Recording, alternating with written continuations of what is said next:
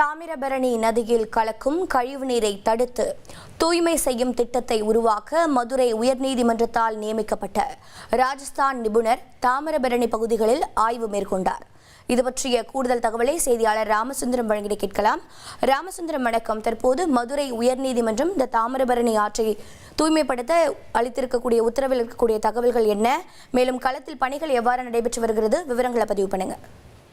தாமிரபரணி ஆற்றில கழிவுநீர் கலப்பதை தடுக்க கோரி மதுரை உயர்நீதிமன்ற கிளையில வழக்கு 2018 ஆண்டு தொடரப்பட்டது. இந்த வழக்கை சமூக ஆர்வலரும் நீர்நிலை ஆய்வாளருமான முத்தாலங்குறிச்சி காமராஜ் என்பவர் தொடர்ந்து இந்த வழக்கு விசாரணையான நடைபெற்று வந்த நிலையில அந்த தாமிரபரணி நதி தூய்மை முறையாக மேற்கொள்ளப்படவில்லை என கூறி நேரடியாகவே நீதியரசர்கள் ஜி.ஆர். சுவாமிநாதன் மற்றும் புகழேந்தி ஆகியோர் ஆய்வு மேற்கொண்டு பல்வேறு உத்தரவுகளையும் பிறப்பித்தார்கள்.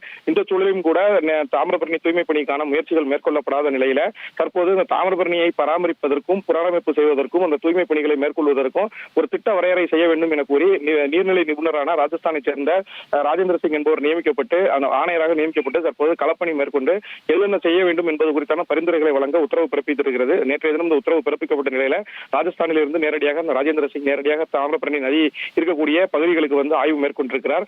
இந்த ஆய்வின் போது அந்த வழக்கை தொடர்ந்த முத்தாலங்குறிச்சி காமராஜ் மற்றும் அந்த நீர்நிலை நிபுணர் ஆகிய இருவருமே அந்த தாமிரபரணியுடைய அந்த கழிவுநீர் கலக்கும் பாதை, அந்த கழிவுநீர் சுத்திகரிப்பு செய்யக்கூடிய இடங்கள் 26 இடங்களை கண்டறிந்து ஆய்வு பணிகளை தொடங்கியிருக்கிறார்கள். முதல்ல ராமேன்பட்டி பகுதியில் அமைந்திருக்கக்கூடிய இந்த பாதாள சாக்கடை சுத்திகரிப்பு மையத்தை ஆய்வு செய்தார்கள். தொடர்ந்து சிந்துகுந்துறை பகுதி மற்றும் அதன் சுற்றுவட்டார பகுதிகளில் ஆய்வு செய்திருக்கிறார்கள்.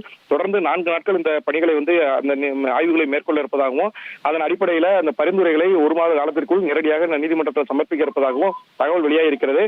முதற்கட்டமாக ஆய்வு செய்ததுல தாமிரபரணி நதி முழுவதுமே தூய்மை இழந்து காணப்படுவதாக அவர் நேரடியாகவே அந்த ஆய்வின் போது ராஜேந்திர சிங் வருத்தம் தெரிவித்தார். ஏற்கனவே ராஜஸ்தான் பகுதியில் 23 இடங்களில் உள்ள நதிகளை தூய்மைப்படுத்தியதற்கான விருதுகள் மத்திய அரசுடைய விருதுகள் எல்லாம் பெற்றிருந்த நிலையில தற்போது இந்த நதியை சுத்தம் செய்வதற்கான பரிந்துரைகளை மேற்கொள்ளத்தான் இந்த ஆய்வு நடந்து வருவதாகவும் பல்வேறு கட்ட பரிந்துரைகளை நாங்கள் வழங்க இருப்பதாகவும் அவர் தரப்புல தெரிவிக்கப்பட்டிருக்கிறது.